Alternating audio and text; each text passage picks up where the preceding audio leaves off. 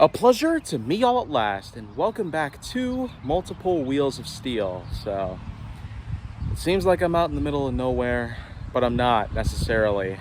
But that's kind of besides the point right here, because as you can see right there, it's what I'm still using at the moment.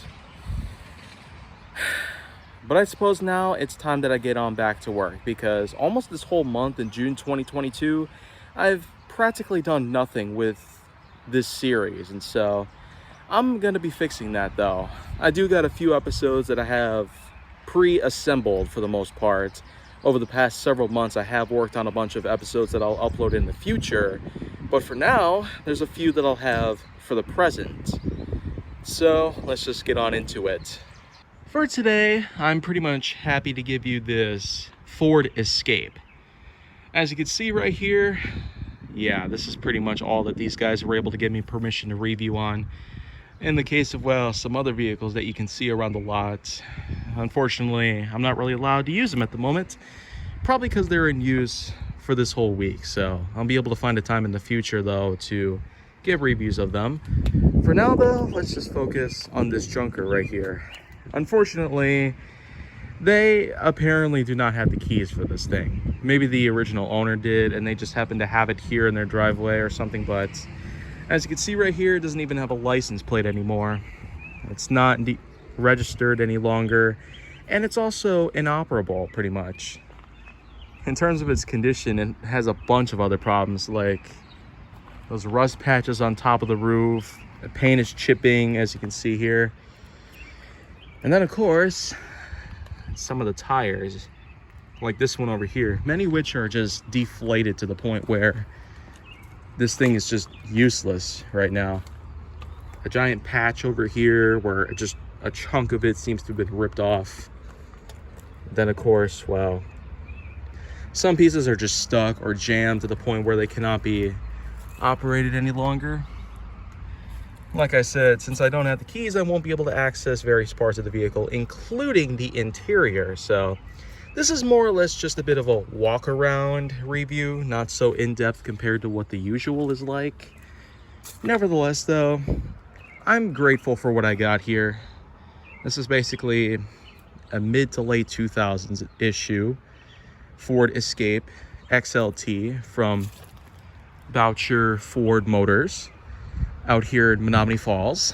And for the most part, I will say, for a vehicle like this, nice small compact SUV for this particular era, it does pretty well. I'm not necessarily a big fan of most vehicles, but I do happen to have a few picks of my own by any means. As you can see by the interior, you can't really see through the glass very well. It just reflects because of how bright the sun is right now, but it's a bit of a similar design to some models that I have talked about. Of course, you can basically see this side stick transmission system, complete with the steering wheel that has its own sort of button layout to fiddle around with the media controls. There's a stick on the left meant for wipers and other such pieces, and various gauges, including RPM, speedometer, fuel, temperature, and whatnot. This vehicle does also have itself a climate control system, cigarette lighter, and even a little screen on it that actually is removed. I don't know if you can see it through the window, but that's basically what it's like. And while this is mostly a 5-passenger vehicle, this trunk does have itself some pretty impressive space. And it's not really much of a surprise given the fact that it's a small SUV. But at least for its compact size and for it being an XLT variation, it does make sense. This model does have itself quite a bit of a history and is still on the production run from Ford to this very day. So if you thought that that's pretty impressive, then well, there's a bunch of other things around here as well. You can basically see the nice sort of geometric grille that it has, some large halogen headlamps, including turn signals, fog lamps right there. Then, of course, the nice sort of hubcap covers that would normally be there to occupy with the rims. Just by looking through the back here, probably can't see it. Yeah, it just reflects too badly, but I don't know where else I could possibly go with this one. I feel like I could have done this a lot more justice if I would have been able to have the keys on me, be able to access this vehicle in some ways, but at the moment I'd say it does seem to do all right for what it is. Not really much of a surprise here due to its bad condition. It's like a 2006, 2007 version, which I guess is not very, doesn't seem very old by most standards, but the fact that this thing is in pretty bad condition at the moment, it happens to have its own spare tire equipped, and most of the tires themselves are mostly deflated to the point where they're almost flat.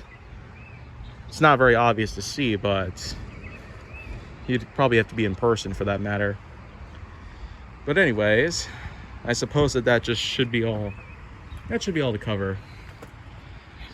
Hopefully you enjoyed this part, and I will pretty much be here with some more material soon. So that's basically all that I will be able to cover for this piece of multiple wheels of steel. And it's kind of a shame that of all cars I get to find, it happens to be a junker. Rest assured though, I'm pretty sure that I will come across other junker-esque vehicles in the future, and maybe there probably will be more of this stuff as well. So do expect some prized pieces to show up, old and new for the most part. Ones that may not be operable by any means, but at least I still can find the time to be able to discuss these pieces, whether or not they are functional. So if you want to see more go down on my channel, then make sure that you like, subscribe, comment, follow me on social media, and stay on the Hollywood side.